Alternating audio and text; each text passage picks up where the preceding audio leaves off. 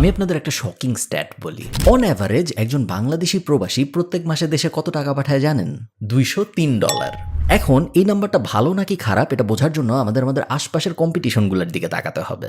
একজন ইন্ডিয়ান প্রত্যেক মাসে তার দেশে অন অ্যাভারেজ $400 পাঠায়। একজন পাকিস্তানি অন অ্যাভারেজ প্রত্যেক মাসে তার দেশে $275 পাঠায়, আমাদের থেকে $75 বেশি। এবং একজন ফিলিপিনের মানুষ প্রত্যেক মাসে তার দেশে $564 পর্যন্ত পাঠায়, যেটা অলমোস্ট আমাদের 3 গুণ। কথা হইল আমরা কেন সবার থেকে কম?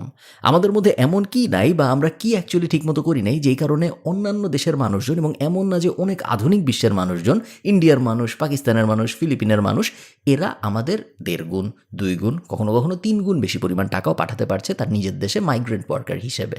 এই সমস্যাটা না অনেক গভীর, এবং আমি মাইগ্রেন্ট ওয়ার্কারদের নিয়ে অন্য ভিডিওটা বানানোর পরে আপনারা অনেকেই বলেছিলেন এই সমস্যাটার ভিতরে আর একটু ডিপে যেয়ে আপনাদের সাথে কথা বলতে, যে কারণে আজকের ভিডিওটা বানানো। আপনি যদি মেয়েদের হিসাব করেন তাহলে অবস্থা আরও ভয়ঙ্কর। আমাদের মেয়ে মাইগ্রেন্ট ওয়ার্কার যারা আছেন তাদের অ্যাকচুয়ালি দেশে টাকা পাঠানোর অ্যামাউন্টটা আশপাশের দেশের মেয়ে মাইগ্রেন্ট ওয়ার্কারদের সাথে যদি কম্পেয়ার করি অনেক ক্ষেত্রে হাফেরও কম।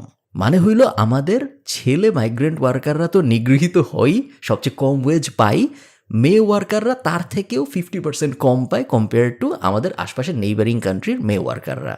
আমরা কি করতে পারতেছি না যেগুলো এই আশপাশের দেশ করতে পারতেছে, এই লিস্ট যদি আপনি করতে বসেন, এই লিস্ট খুব একটা বড় না, এবং মাত্র কয়েকটা জিনিস যদি ঠিক করা যায় তাহলে আমরাও এই লিস্টে একদম উপরের দিকে উঠে যেতে পারি। আপনাদের আমি একটু মাইগ্রেন্ট ওয়ার্কারদের ইতিহাসটা বলি। যদিও ইন্ডিয়া পাকিস্তান তো পুরানো দেশ, তাই না? ইন্ডিয়া পাকিস্তান ডিভিশন যদি 47-এর পর থেকে আপনি ধরেন, আমাদের অনেক পুরান দেশ এই দুইটা।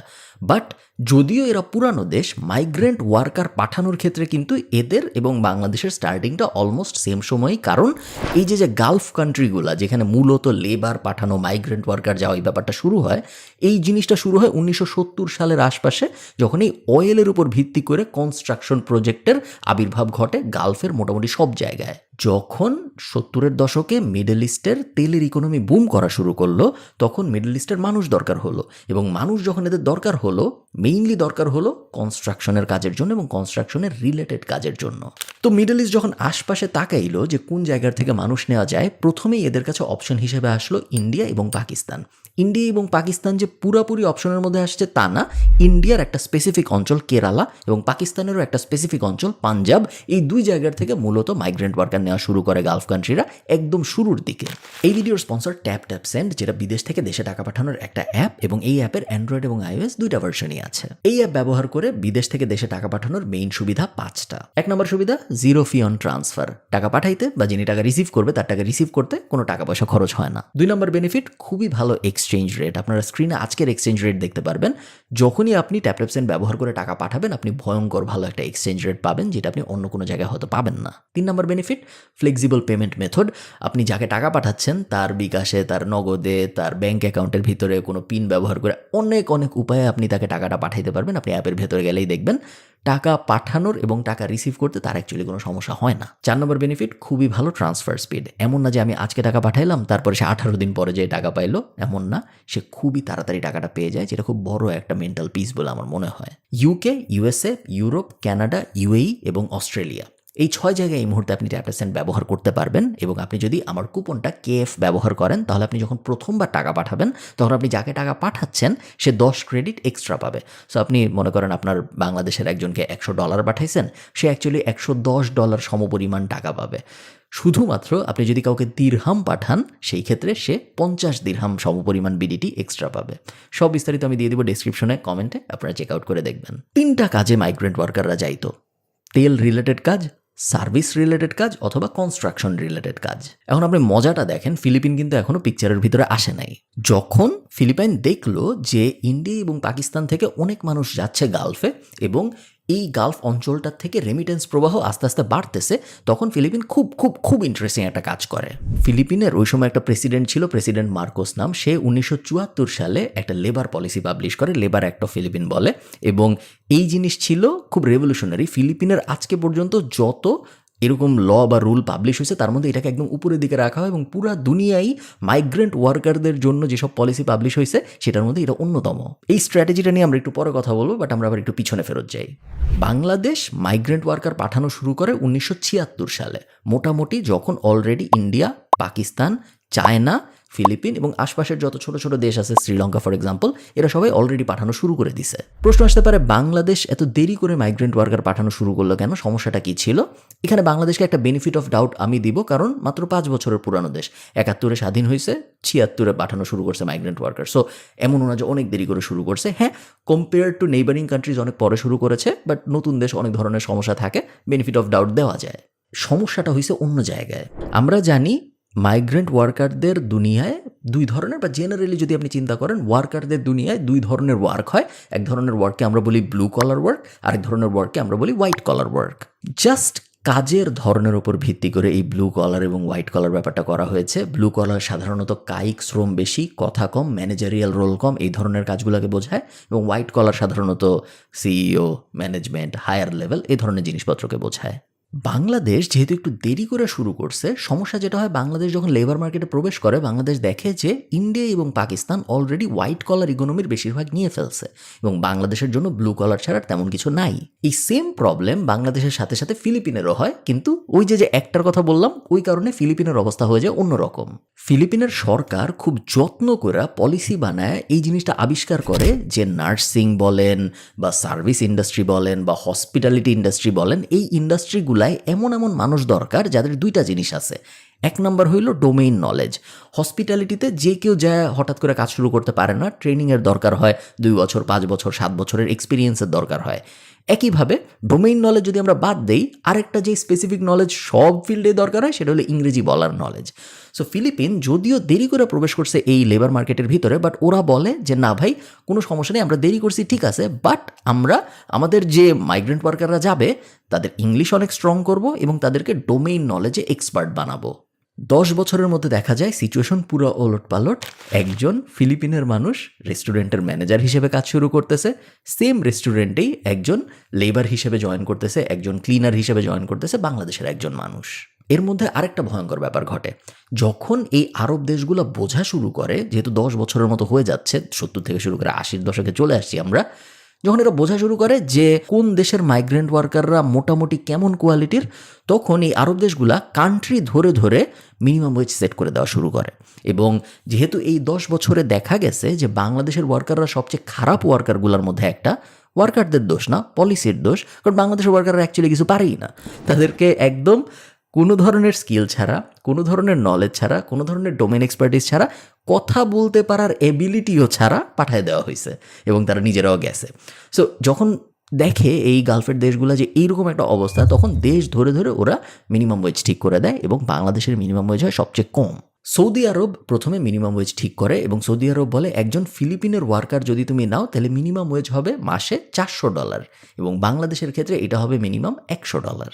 লং টার্মে ক্ষতিটা কি হইলো দেখেন, বাংলাদেশে কি ভালো স্কিল্ড মানুষ ছিল না? কম ছিল ফিলিপিনের থেকে বা ইন্ডিয়ার থেকে বা পাকিস্তানের থেকে, বাট ছিল।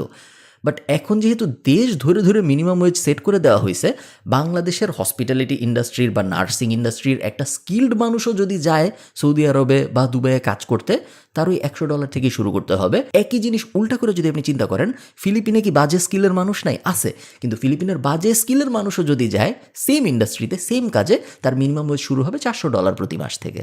এই যে আমরা হতাশার একটা জার্নির মধ্যে পড়লাম, গত 40 বছরে এই জার্নির তেমন কোনো ইম্প্রুভমেন্ট হয় নাই। ফিলিপিনের মডেলটা থেকে আমাদের অ্যাকচুয়ালি অনেক কিছু শেখার আছে, কারণ এটা খুব একটা কমপ্লিকেটেড মডেল না যেটা আমরা রেপ্লিকেট করতে পারবো না।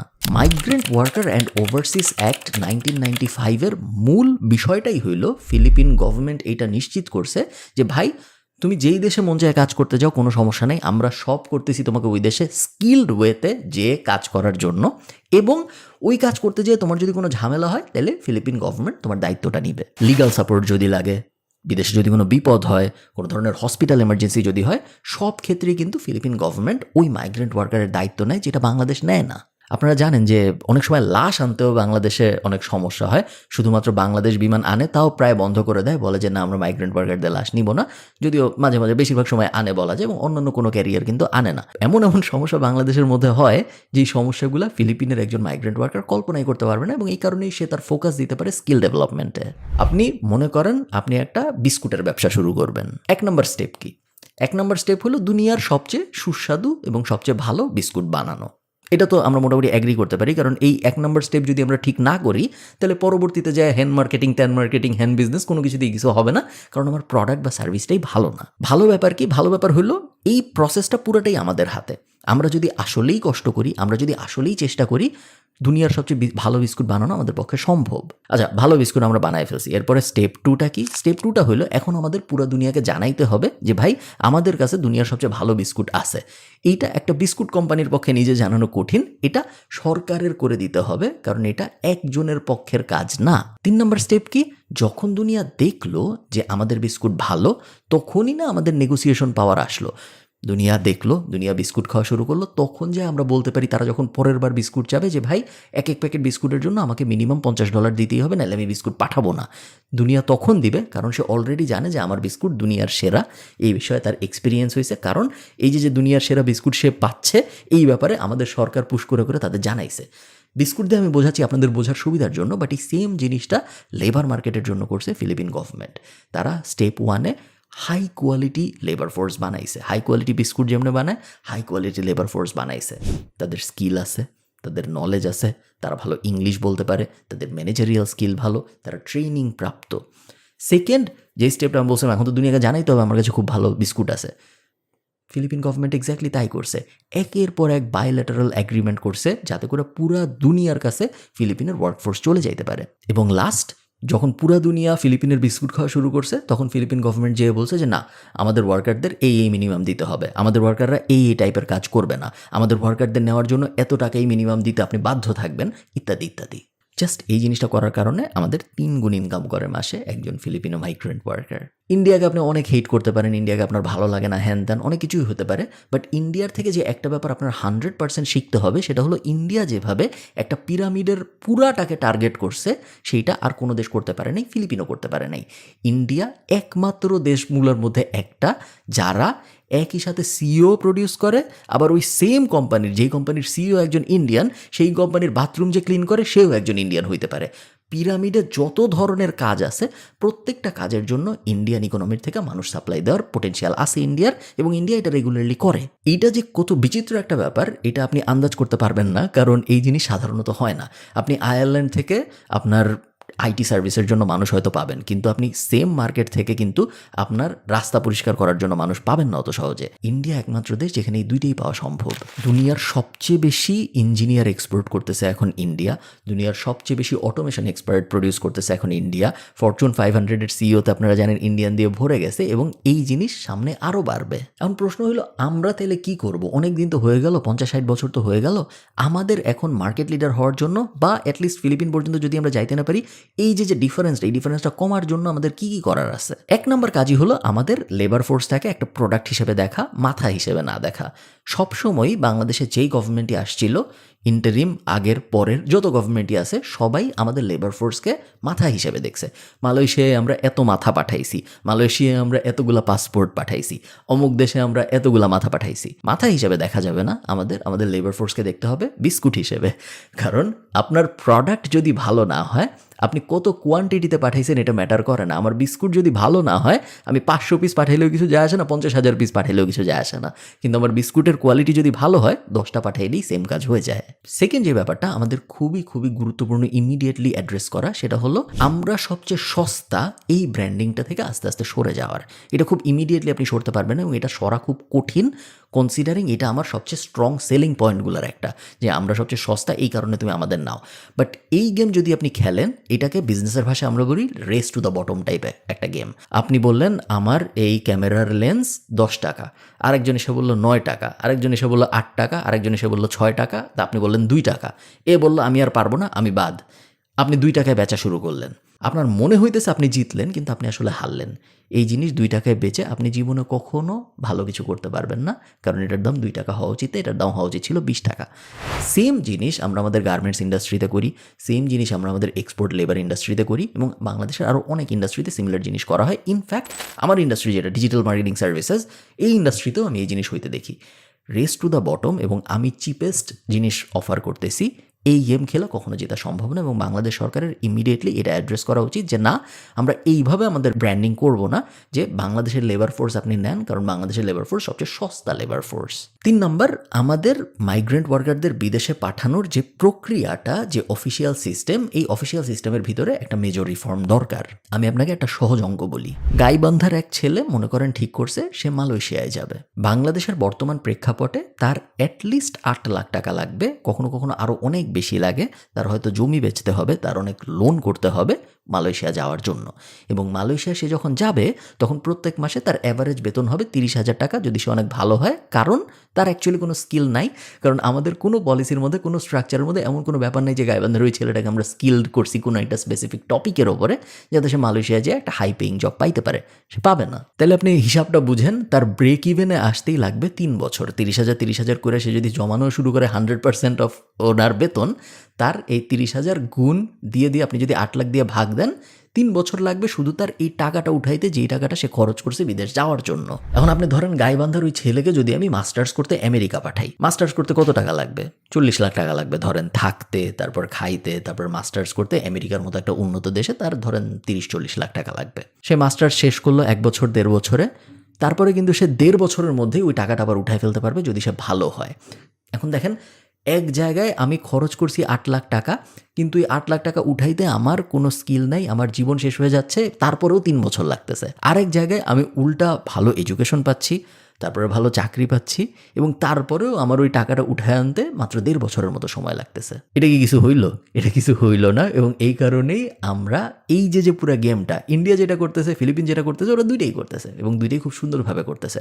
আমরা তো দুইটার একটা করতেছি না, এবং অন্যটারও খুব লো স্কেলে আমরা করতেছি। 3D জব বলে একটা কথা আছে, ডার্টি, ডেঞ্জারাস অ্যান্ড ডিমিনিং। এই 3D জব ক্যাটাগরির লিডার বলা হয় বাংলাদেশের লেবার ফোর্সকে। 3D জব সাধারণত এমন টাইপের জব যেগুলো করার জন্য হাত আর পা থাকলেই হয়, মাথা লাগে না। এই 3D জবে যদি আমাদের ফোকাস থাকে তাহলে আমরা কখনোই মার্কেট লিডার হইতে পারবো না, এটা সম্ভব না। আরেকটা ব্যাপার হলো, আমাদের সরকার খুব ইন্টারেস্টিং একটা জিনিস করতে পারে, যেটা করা খুব একটা কঠিন না, বাট খুব সিগনিফিক্যান্ট একটা রেজাল্ট আনতে পারে এই জিনিসটা।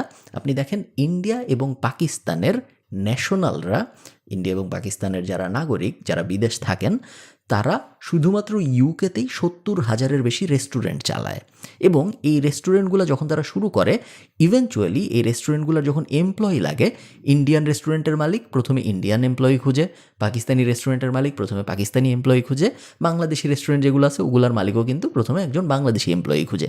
ন্যাচারাল, এটাই হওয়ার কথা। এখন আপনি জিনিসটা উল্টা করে চিন্তা করেন, যদি আপনি বাংলাদেশের যে বিশাল লেবার ফোর্স বা বাংলাদেশের যে বিশাল প্রবাসীরা 1 কোটির কাছাকাছি বিদেশ থাকে, তাদের যদি আপনি বিজনেস এনাবল করতে হেল্প করেন, তাদের যদি আপনি একটা বিজনেস শুরু করতে হেল্প করেন, 5 বছর পরে যায় এই মানুষগুলো কিন্তু হায়ার করবে, এবং এই মানুষগুলো যখন হায়ার করবে, এরা বাংলাদেশি হায়ার করবে প্রথমে। শুধু যে আপনার সবাইকে নতুন বিজনেস শুরু করতে হেল্প করতে হবে তা না, কারণ সবাই তো বিজনেস শুরু করতে চায় না। বাংলাদেশ সরকার খুব সহজেই চাইলে একটা লিস্ট করতে পারে যে কোন কোন বাংলাদেশি ন্যাশনালের কোন কোন দেশে বিজনেস আছে এবং কী বিজনেস আছে, এবং তারপরে বাংলাদেশ সরকার তাদের সাথে যোগাযোগ করে বলতেই পারে যে ভাই, আপনার তো একটা বিজনেস আছে সুইডেনে, আপনি তো এই সুইডেনের ট্যাক্সি ক্যাবের এই জিনিসের মালিক, আপনি 2টা বাংলাদেশি ওয়ার্কার নেন। আপনি যদি 2টা বাংলাদেশি ওয়ার্কার নেন, তাহলে বাংলাদেশে আপনি এই 18টা বেনিফিট পাবেন। এই জিনিস করা খুব একটা কঠিন না, এবং এই জিনিস খুব সহজেই আমাদেরকে পাকিস্তানের উপরে তো ইমিডিয়েটলি নিয়ে যাবে। পাকিস্তান আর আমাদের গ্যাপ অত বেশি নাই মুহূর্তে, বাট ইন্ডিয়ারও খুব কাছাকাছি নিয়ে যাবে বলে আমার মনে হয়। আমাদের জাস্ট একটা স্ট্রং টিম দরকার, যারা ট্র্যাডিশনাল পদ্ধতিতে না ভেবে একটু নতুন পদ্ধতিতে ভাববে। কারণ ট্র্যাডিশনাল পদ্ধতিতে 50-55 বছর চলার কারণে আমাদের খুব আহামরি উন্নতি হয়েছে এরকম বলা যাবে না। এই তো এই ব্যাপারগুলো অনেকেই আপনারা জানতে চেয়েছিলেন আমাদের গত ভিডিওটার পরে, এই কারণে আমি স্পেশাল ভিডিওটা বানালাম। আমি সাধারণত এক টপিকে এত কাছাকাছি সময় 2টা ভিডিও বানাই না, বাট এত প্রবাসী মানুষ আমাকে রিকোয়েস্ট করেছিলেন, আমার এই ভিডিওটা বানাইতেই হইল। ভালো থাকেন সবাই, সবার সাথে আমার কথা হবে পরের কোনো একটা ভিডিওতে। টাটা।